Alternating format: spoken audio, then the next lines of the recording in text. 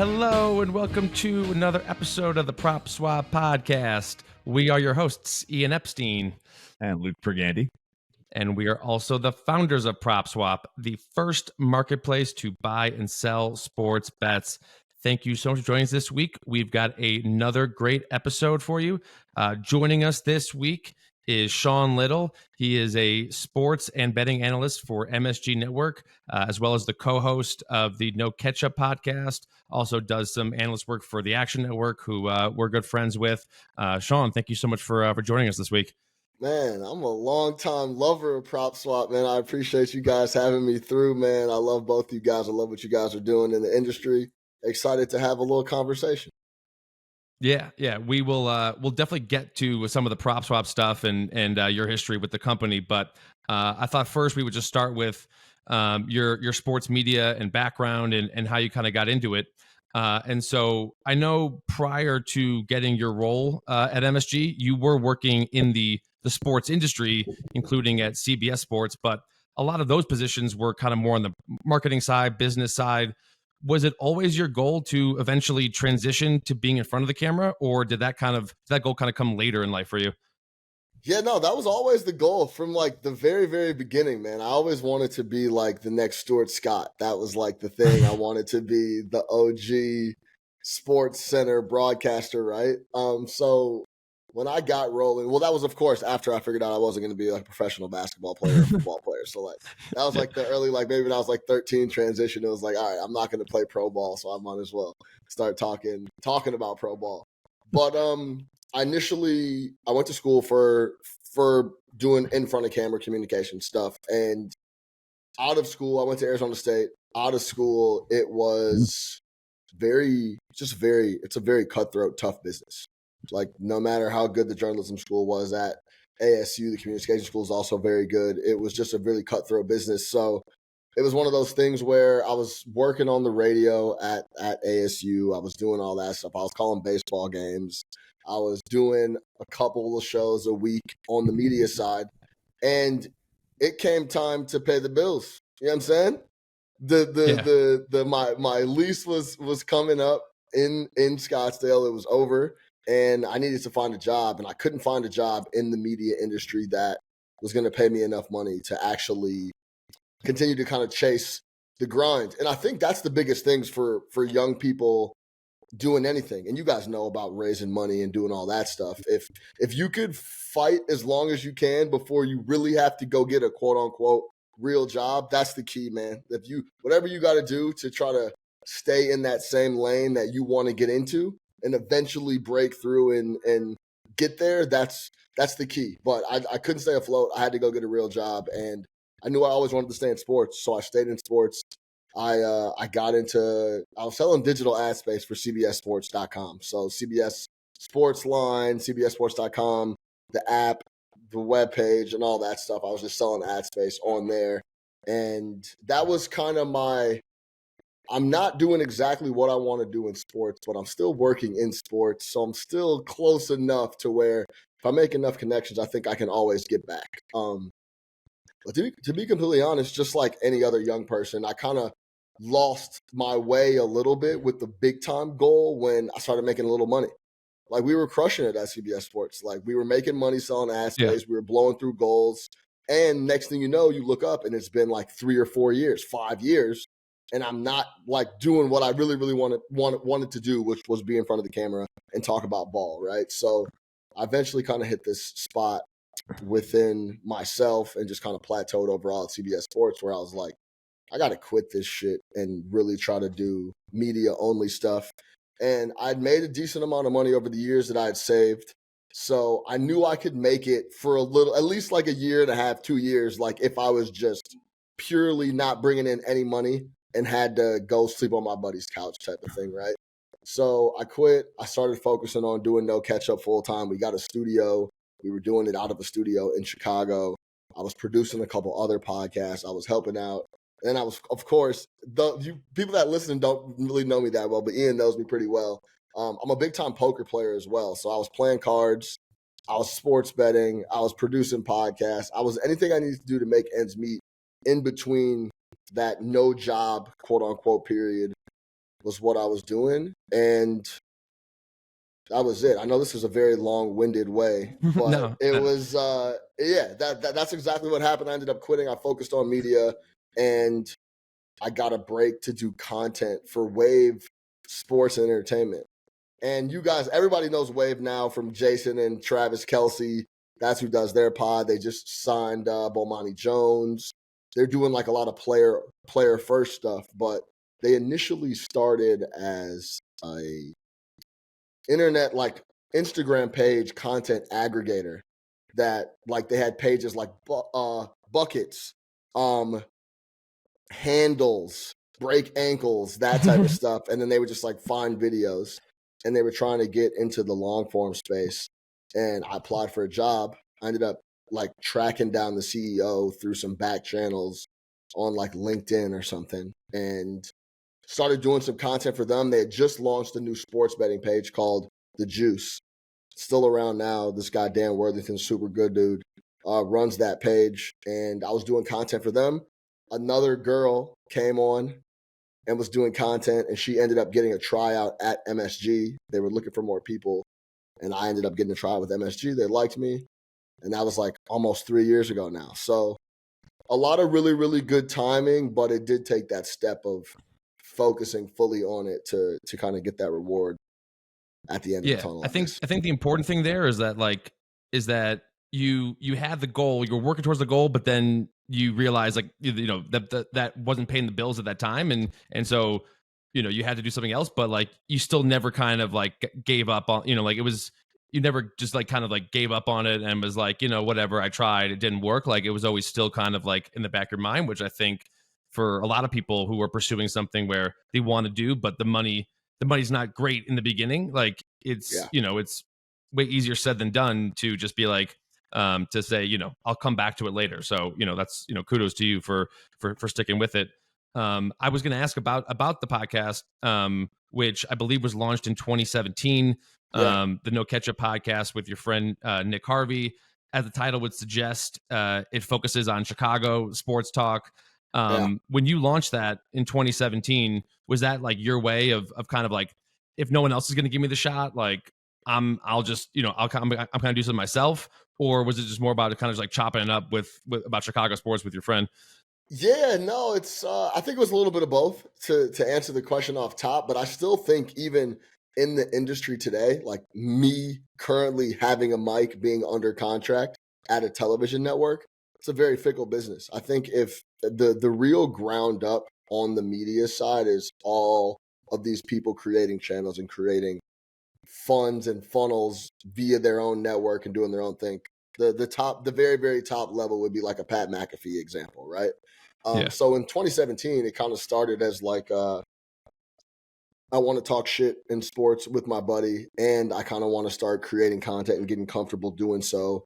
And that was going to be the original platform that we were going to do it on. And it was always, of course, the conversation of let's be able to say what we want, how we want to say it, and have no one else tell us that we couldn't say that or couldn't do this or couldn't do that. And I think that was like the key just to starting on thing. yeah. Um, and so then in May 2018, the Supreme Court overturned the ban on sports betting outside of Nevada. I know, I remember where I was when that happened. I'm sure Luke knows where, knows where he was when that happened. It was a huge moment for us at PropSwap.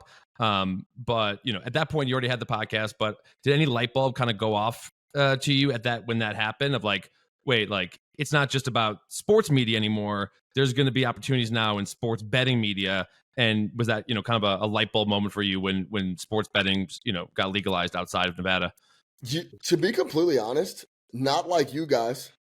I didn't have the foresight like you guys had it. I knew that it was a big deal, right? Like, okay, it's going to be legal, but I didn't really have the foresight to say, man, I should start doubling down right now and creating all sports betting type focused content. Like I just did. I really didn't have that vision of how big it was going to become. I knew it was going to be big. I knew it was like, for example, me and you have talked about this. Like when the DraftKings stock was opened up at $10, I was like, that's something I'm very interested in. Like, Yeah. it's gonna be a long-term play for me. It wasn't like I wasn't gonna try to like trade it. It was gonna be, this is gonna be a massive industry, and people have no idea how big it really is gonna be. But I didn't have the foresight on the media side to be like, hey, this is something that you could really focus on, that when it comes time, not a lot of people know how to talk to it, especially being camera and front facing. And to be honest, in the space, there's a lot of nerds that aren't interested in being in front of the camera. So like I didn't have the foresight to do that at the time. But as it's now of course grown a little bit, it's like we're still in 2023 in a very infancy state. But yeah, it's only going to continue to get bigger. You know what I think it was, Ian and Luke, really quick, I'll let you go, Luke, was, to me, sports betting was like always part of the game. Like this, it wasn't like a new thing to me. So like talking the spread and talking the total was always just like how I talked about the game from like a young age. So me, like this whole thing of like sports betting and media like crossing, it's just me talking ESPN about the bet, game. yeah. Yeah, it's like it's just me talking about the game. Like I've always talked about it. Who's the always the first question was like, what's the number? Like that was like always the Yeah. question, and I didn't really Not who's going to win, realize. who's going to cover. Yes, exactly. And I never really realized how big of a disconnect that was until we really started to get rolling on the legalization side. First of all, didn't realize you went to ASU. So, I mean, that is an excellent journalism school. Walter Cronkite's journalism school at ASU. So we have quite a rivalry on this podcast going. But that's great. I mean, they're ASU, as obviously known as a party school, as is University of Arizona, but like their journalism school is excellent. So good for you. I get asked all the time about how the Travis Kelce and Jason Kelce podcast works. Like, can you just discuss like what economics are? So you said Wave is the group that produces that. So obviously Travis and Jason are doing no cutting of it. They'll just do long form. Maybe they record for an hour 15, it gets cut down to 40, whatever it is. Like Wave, of course, sells the ads, I imagine. Like obviously Jason and Travis aren't selling any ads. Like just discuss the economics and like how that deal looks. Yeah, I don't know the details on their specific contract with Wave, but generally. But I will say this. For example, when I first started talking to Wave, every meeting I had was clearly they were trying to figure out how they could monetize this massive audience that they had, and they didn't know what to do with it, essentially. They had all these pages with millions of followers that were sports related viewers, and they knew like that was the lane. It was going to be all sports stuff. But they were trying to figure out how to monetize all these people, and they wanted to get into the long form content game.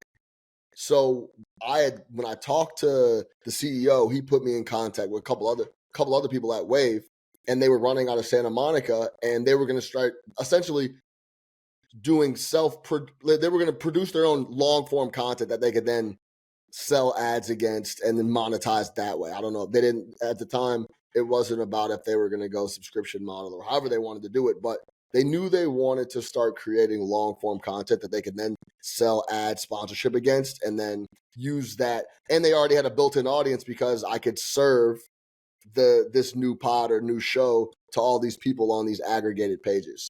So yeah, I don't know the details behind Kelce and the Kelce brothers deal, but I know that they were trying to get into long form content to be able to tap into these millions of people that they had, their eyeballs that were locked in. They were getting tons and tons of engagement, and they were way ahead of like the quick cut, big caption, picture, video, social edits that no one was doing.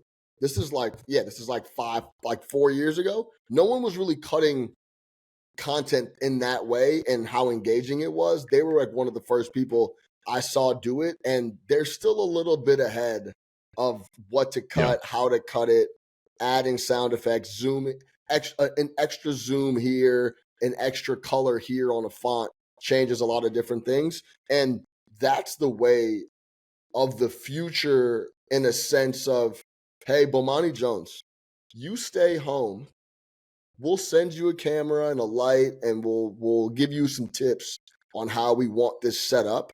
But you stay home, record it from there, send us all the files, and then we'll let our guys back at home go to work on the edit and just try to create these viral clips.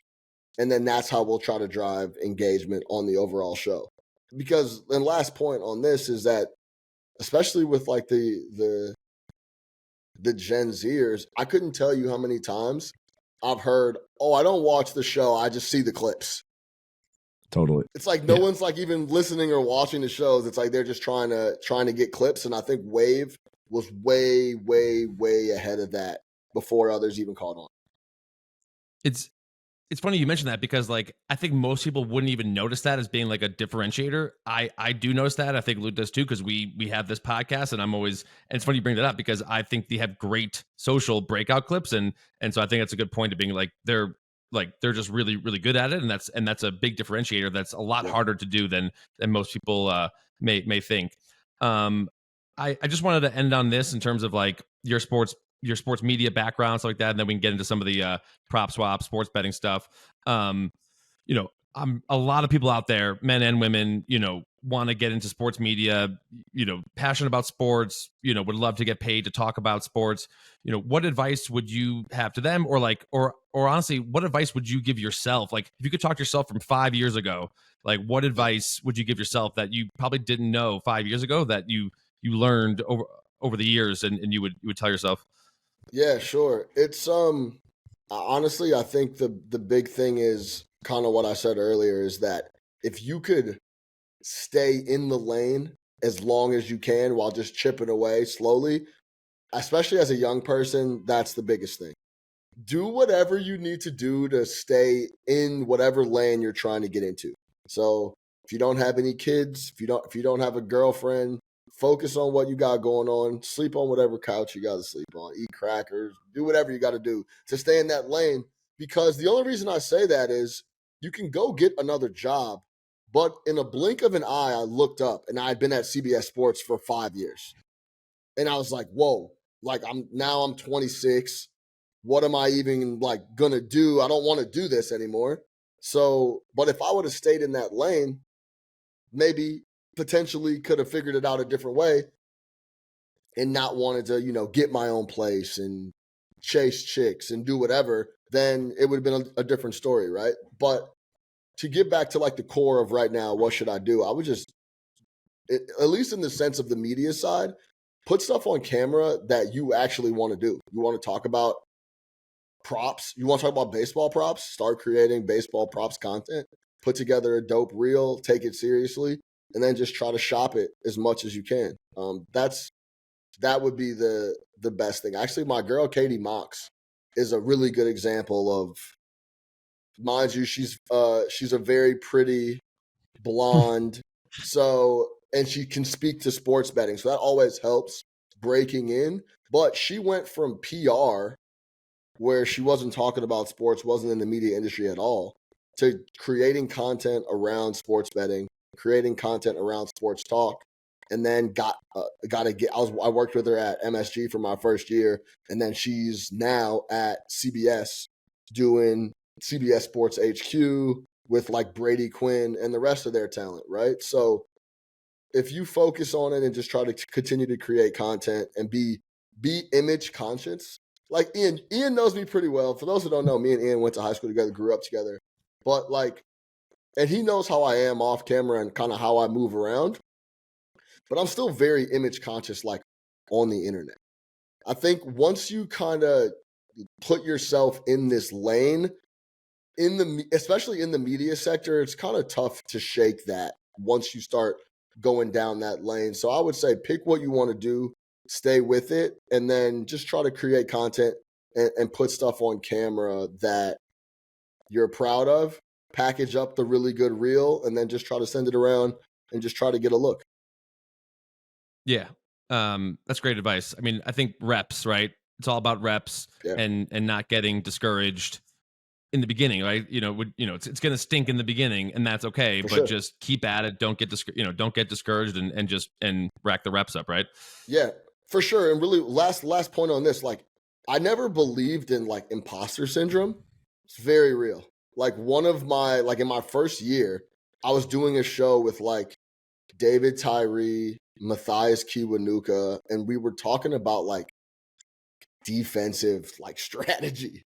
And I've been on TV for like 3 months, and I'm like, man, how am I even able to talk about this stuff sitting next to these guys? But it's just all about being confident, doing your research, being prepared.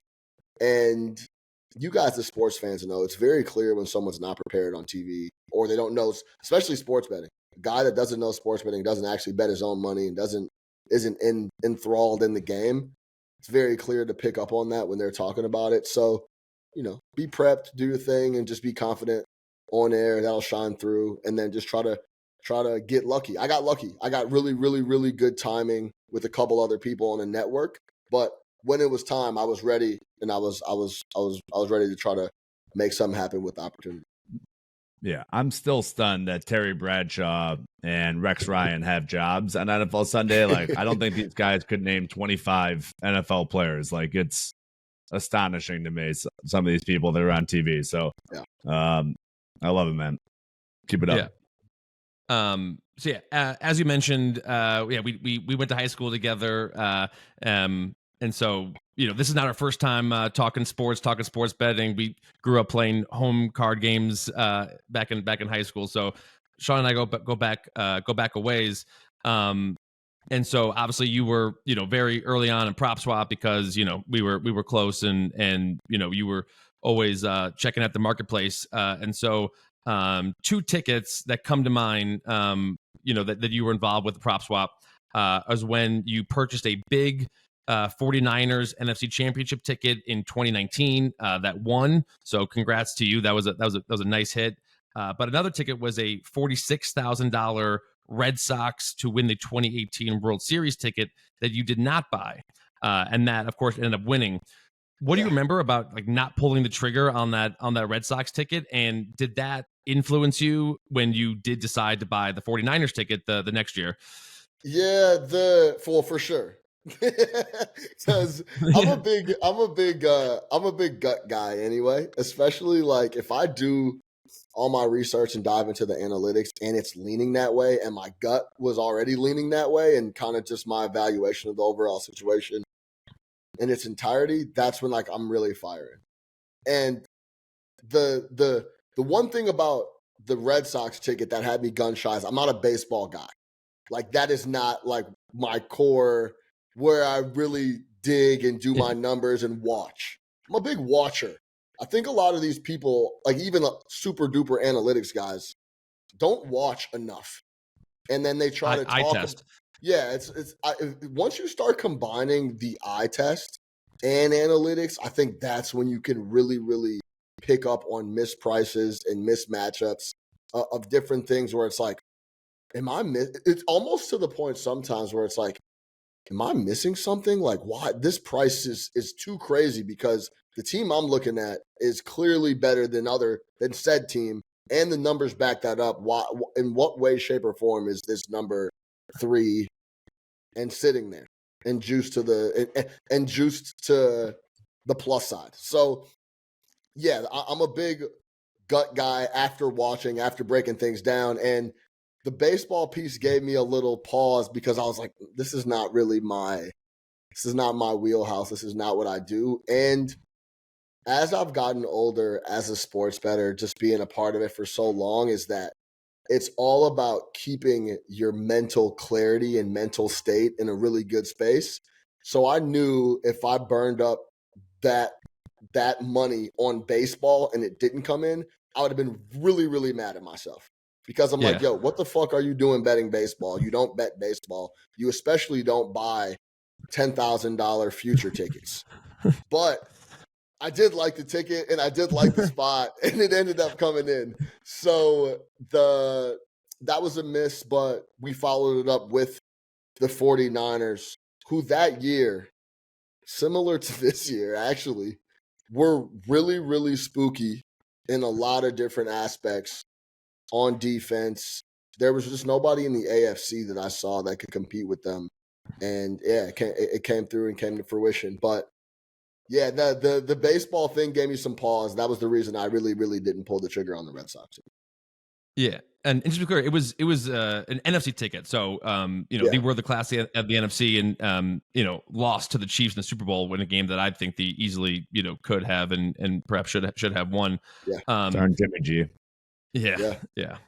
But You mentioned even like really quick, Ian, but even before yeah. like the Red Sox ticket, I want to say the Lamar Jackson ticket was before that. And that was a situation where it was like, this guy's going to win the Heisman. I'm looking at the rest of the schedule. Like, I don't really understand. He was putting up unprecedented numbers. It was clear that it seemed like this price was off. I mean, I know there's, of course, the fade injury last 5-6 games of the season, but the Lamar Jackson ticket was also one that I felt really confident in. And then I got a little bit of cold feet towards the end there and flipped it. But it was, if you're watching enough and paying attention enough, the books do make mistakes and the market is wrong sometimes. And then that's where you gotta pound and try to make as much money as you can on an edge that you like. Yeah. That's actually a great point. I forgot to add that the ticket that kind of put props up on the map was this Lamar Jackson Heisman ticket. Guy bet $100 at 100 to 1. In October, you bought it from him for 4,000, I believe. And then they weren't play. They didn't play in the conference championship, but Deshaun Watson did. Deshaun Watson had a good conference championship game. And you flipped it for you sold it for 9,000, 5K profit, didn't have to sweat it. And what you missed out on 1K or whatever. So overall, I think that was a great transaction for you. But you had mentioned earlier, like, kind of the, like, what am I missing, right? You kind of stare at something, what am I missing here? I know we've had a lot of texts back and forth. We'll text each other being like, what am I missing here? Like, is this free money? But, I think you kind of mentioned earlier, but I just wanted to mention one more time, like, when it comes to sports betting and futures betting, what is kind of your strategy? Is it, you said it's some analytics, like what, or an eye test, but like, what are some of the analytics you look for in like football, for example? Yeah, we could start with football because the last couple years, I feel like I put myself in a really good spot in the futures market. I would say in the NFL, for me and what I've been doing the last 3 seasons, you can still get some really good prices in like week 15 of the NFL on a futures market. There's just value there. I want to say last year, I bet TJ Watt to win DPOY in week 15. It was 15 or 16. I'd have to go back. And I got him at even money. And then he played one more game and he was like minus 800. So I think a lot of you, of course, the biggest thing that you have to fade is injury. But I'm also not a huge plus money guy. So like some of these tickets, for example, for the audience, I'm the PropSwap buyer. I'm not the PropSwap seller.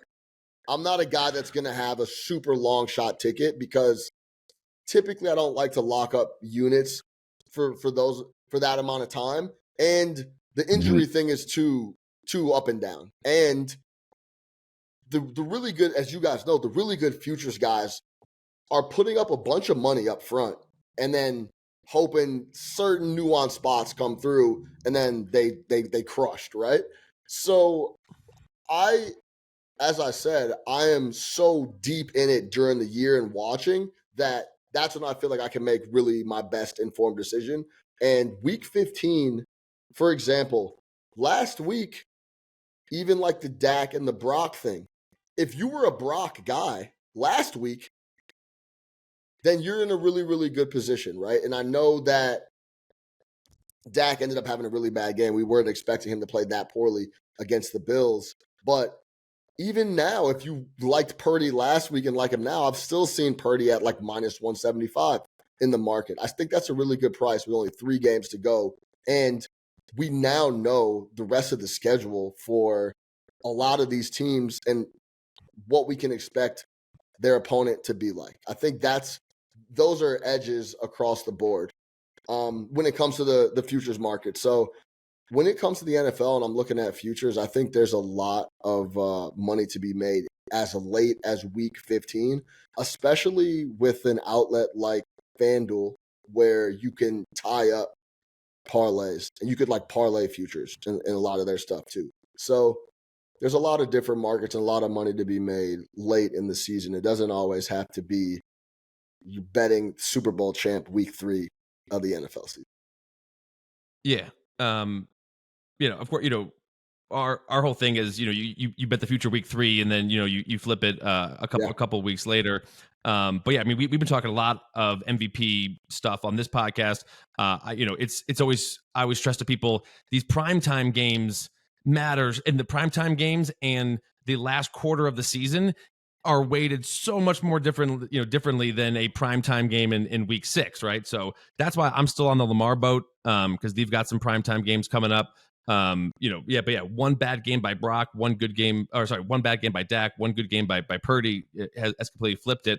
But just sticking on Brock Purdy here for a second, if this was a regular podcast, we would have led with this story, but we got you here, and obviously you're an expert in the NFL. So for those who don't know, we have a giant Brock Purdy MVP ticket that was listed for sale on Sunday night. This gentleman, he bet $2,000 on Purdy to win the MVP back in July at 100-1 odds, and so this ticket collects $200,000. An offer was made for $90,000 last night. That was declined. But in this situation, Sean, obviously you said you're a buyer, not a seller. But would you buy, if you had the cash? Would you buy this ticket for $100,000? And B, do you fault the guy for wanting to turn 2K into 100K and not have to sweat these last 3 weeks? So to answer the second question, it's always so it's personal. That's a personal decision. Yeah. Like if you're in a position where you could sweat out an extra 100K, an extra 100% on top of what you're getting offered, then you sweat it. If this is life-changing, right? Yeah, if it wins, 100%, right? If it's completely life-changing money where you couldn't sleep at night for months because Brock went out and broke his ankle next week, then you got to sell the ticket. Like it's simple as that when it comes to that. But Brock Purdy is the MVP. I'm a big Dak guy. I'm a Dak apologist. I think Dak is really good. I think Dak is in one of the toughest situations as a quarterback in the NFL. His owner does a fucking press conference in the tunnel at fucking halftime, essentially, every game. And he has to deal with it. And he always says the right stuff. And he always goes about his business. And he plays good football for the most part. He makes mistakes just like everybody else. So I'm a big Dak guy. Call it what you want about Brock Purdy. I don't think we should apologize for him being surrounded by competence. Like, yes, he has a lot of guys around him that are very good, but he's the trigger man, and he has them in a position where they're the far and away clear best team in the NFC and are probably going to represent them in the Super Bowl. Now, if this, I can't get over how much negative flack he gets for not being like a first round pick. If he was a first round pick, this number would be minus 500. That's what I don't understand. If this is Trevor Lawrence. Oh my God, if this was Trevor Lawrence, minus 1,000. Like that's the thing about the whole situation. He's not flashy. He doesn't jump off the screen, but his numbers speak for themselves. The biggest number for me when looking at quarterback play is, of course, EPA. But then when we talk about completions via air yards and how much he's pushing it down the field, you can't be a game manager if you're top 2-3 in the NFL with air yards, with completions via air yards. It doesn't make any sense. You're the one pushing it down the field more than anyone else in the entire NFL. So forget about all that Debo screen and McCaffrey screen. This guy pushes it upfield to Ayuk and Kittle and the rest of them, and he's been playing absolutely lights out. He had a couple bad games, and the couple bad games that he had, if you go back and look at the turnovers, there are a lot of fluky turnovers, and he's missing weapons and literally the best tackle in football. So if I had the money, yes, I would buy this ticket. Hopefully one day I'll have 100K liquid cash that I could wire over to the PropSwap office and have you guys set this off to the side for me. But yeah, I think this is a really good spot, a really good ticket for my man in a position to be in and also this may be a spot where he's in a spot with this ticket where I believe he could literally wait till the final whistle. And if he did have a little bit of money to hedge on whoever is up there with Brock at the end of the year in week 18, that would be the best play. He's super flexible and nimble in this spot. Yeah. So last game of next weekend on Christmas night is Niners-Ravens. So if Lamar comes out and has 2 rushing, 2 passing, Brock comes out and has 1 with a fumble and a pick and a loss, does this opinion change? Yeah, I mean, listen, the MVP market is about as fluid as it gets. If Baltimore goes out to San Francisco because the game is in San Francisco, the whole world's gonna be watching this game. The whole world's gonna be watching it. If he goes out and lays an egg and Lamar goes ballistic, then yeah, it's gonna flip. But I have no reason to believe that that's gonna happen. They're at home. They have that's the risk that I would be willing to take. Now that would be your hedge as the guy holding this ticket would say, hey, the only way I'm losing this MVP ticket is if Lamar goes absolutely crazy. Then that would be a spot to get a little bit of a hedge in. So if you want to be super careful, that's what you could do. And also to go back to what I was saying about your situation, pros that are making a living sports betting are hedging damn near everything. They want to be in spots where they're locking up profit and continuing to go on week by week, game by game. But if you're just a guy firing away and the money is not that big a deal to you, then it's a different story. But that ticket is so flexible because he is going to be the guy up at the top the rest of the year. The rest of the guys that are going to be behind him at plus 400, plus 500 are going to be fluid. It could be Josh Allen here in a couple weeks when they play Miami. He has a massive game, and the next thing you know, he has 45 total touchdowns or something crazy. Then it's like, oh well, why isn't Josh Allen? He brought them out of the depths. And da-da-da-da-da. So it could be a lot of – he lost his offensive coordinator in the middle of the year and turned it around. So there's also a lot of storylines that you got to keep in mind as well. But, yeah, it could get really tight if Lamar goes out to San Francisco and balls out. But I would bank on San Francisco showing up and doing what they've done all season long when healthy. Yeah, good. People ask us all the time, like, about the Chicago media. Does New York media criticize you for being from Chicago? Do they compliment you for being now part of New York media? Like, just describe New York media for someone that's literally, living it every day. Yeah, you see the Knicks sticker in the back next to the Bull sticker. So I do get that all the time. Yeah, like James Dolan. Yeah, exactly. You're from Chicago and you talking about the Knicks and you're rooting for the Knicks. And so I get a little bit of flack for it, but not too much, especially because like I don't cover the Knicks. I'm not like a beat writer for the Knicks, right? So I just work for the network. And I'm talking about sports betting. So I think I get I'm separated a little bit because at the end of the day, I'm just trying to win plays and win units and stack up money. So I'm not the guy writing opinion pieces on Julius Randle as a guy being from Chicago and essentially a Bulls fan. Like that's where I think it could get a little sticky. But since I'm on the betting side and I'm not covering a team specifically, directly, I get a little bit of flexibility. But yeah, I get a little flack from being from Chicago for sure. And it's not like we're in 94 and Bulls and Knicks are going to be squaring off in the Eastern Conference Finals anytime soon. Yeah, yeah, exactly. But yeah, I think if I was like the Athletic beat, like the beat reporter for the Athletic covering the Knicks, and I was from Chicago, I think a lot of my words would be taken with a big grains of salt. Like, this fucking guy is not even from here. Yeah. He's actually from Chicago.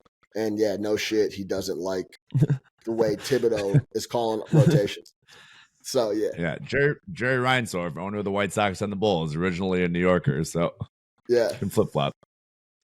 All right. Well, this was great. Super insightful. Love always just talking sports with you. Now this is the time of the podcast where we do a little stake or swap, kind of do the, talk about what teams we like. Can you stick around for a few minutes for stake or swap? Yeah, I'm here, man. I'm happy to be here. All right, cool. All right, so it is that time of the week for a little stake or swap.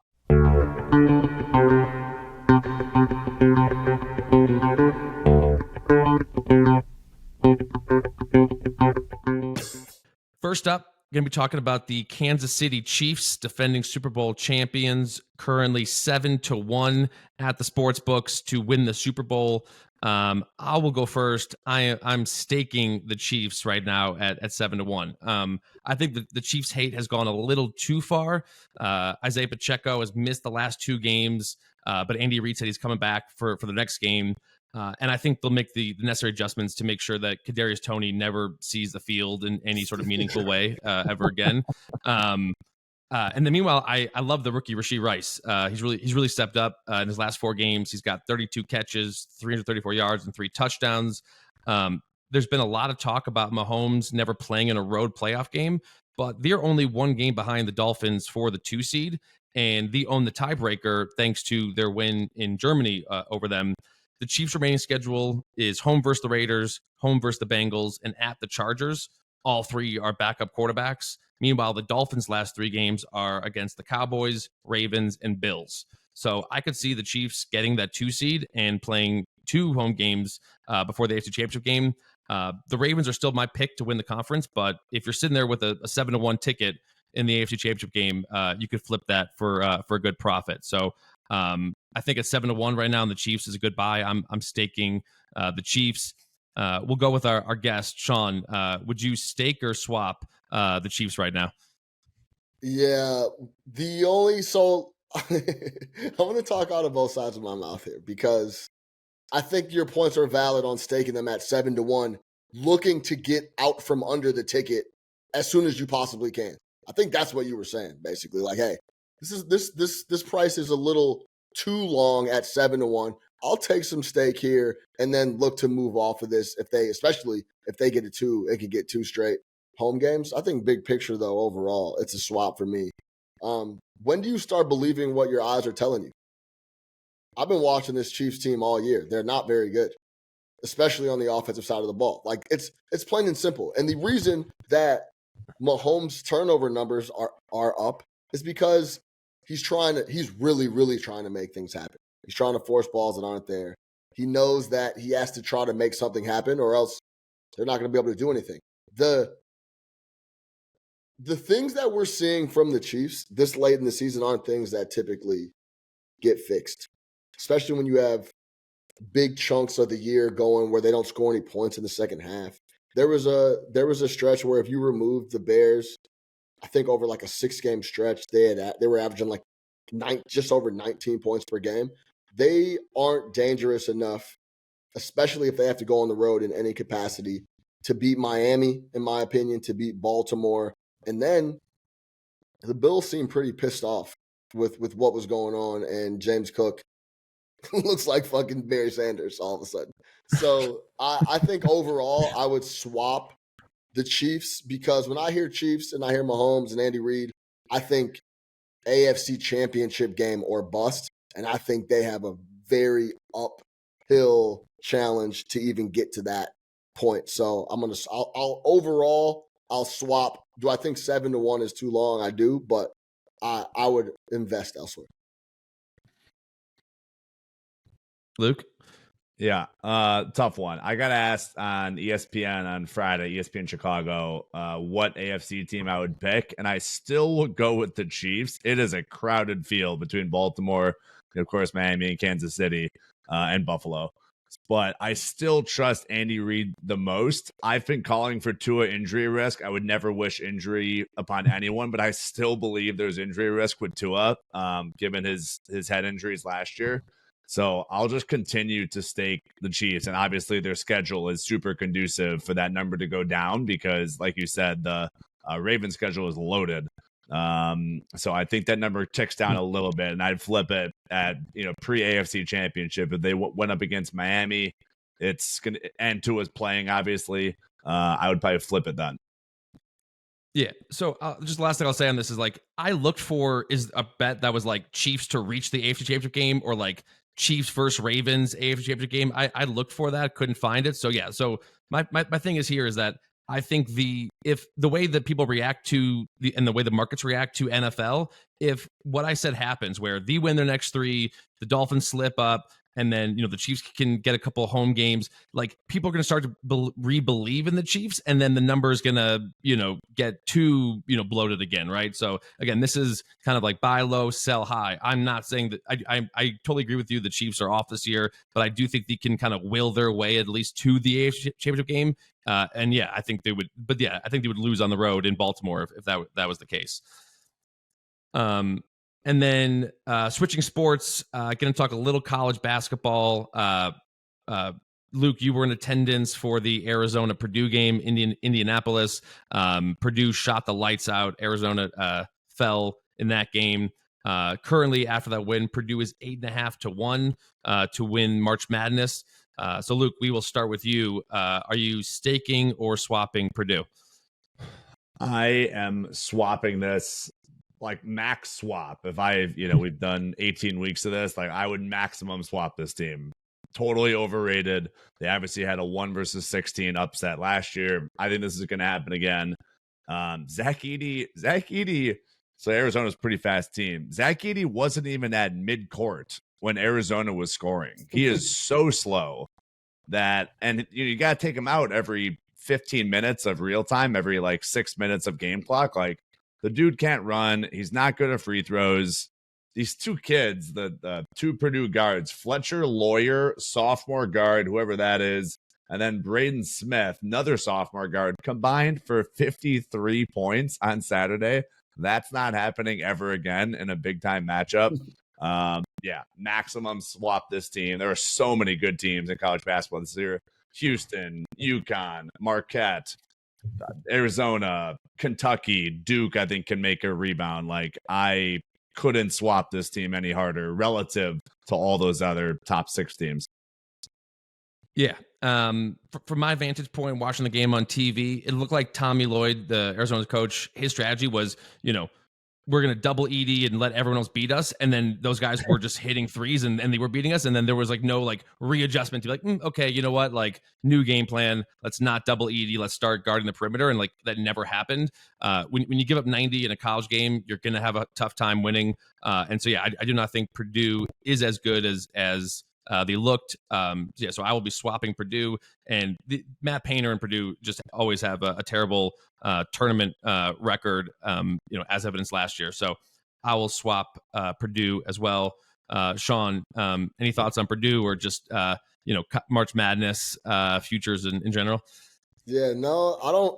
I'm not a big college basketball guy. I'll watch March Madness, of course, just for the pageantry, but other than that, I really have a hard time. If I can't bet on something, I have a hard time really getting into it. I'm not going to waste a lot of time watching it. So for me, I have a hard time. First of all, I'll be completely honest about regular season NBA. I think it's the hardest thing to cap in the world. Day-to-day NBA, if you don't have a ton of inside information, I think it's the very most difficult sport to cap. Now, if we're talking about regular season college hoops, it's a little different because the games mean a lot more. But I have a really hard time gauging teenagers and how they're going to show up and what they were doing and all that type of stuff. So it's the main reason I really don't bet too much money on college football either. I have a hard time trusting the teenagers, and it pisses me off when I lose my money on very ridiculous situations. Because it happens in the pros too. There's a lot of crazy situations that happens in the pros, but there's some stuff in college. Teams are up 12 fouling. our teams are down 12 with 30 seconds falling and stuff like that. It's like, what are we doing here? I can't gauge this type of stuff. So yeah, I'm not a big college basketball guy. So I do think Edey's a bum though. I will say that. Yeah. I think we can all agree on that. There's a reason why he didn't come out last year in the draft. But no, the best part of March Madness is betting hundreds or thousands of dollars on kids and teams that you just started watching like a week ago. So that's always the best 100%. Part. So yeah. All right. Well, that will do it for this week's episode. Sean, thank you so much for joining us. I know we went a little long, but your insight was great, and always great to talk to you. Yeah, of course, man. Thanks for having me, Luke. Ian, I'll talk to you guys soon. Next time you guys are in New York, we'll step out and have a couple pops for sure. Yeah, absolutely. All right. So that will do it for this week's episode of the PropSwap podcast. We are off next week for Christmas. Everyone have a great holiday, and we will talk to you in the new year in 2 weeks.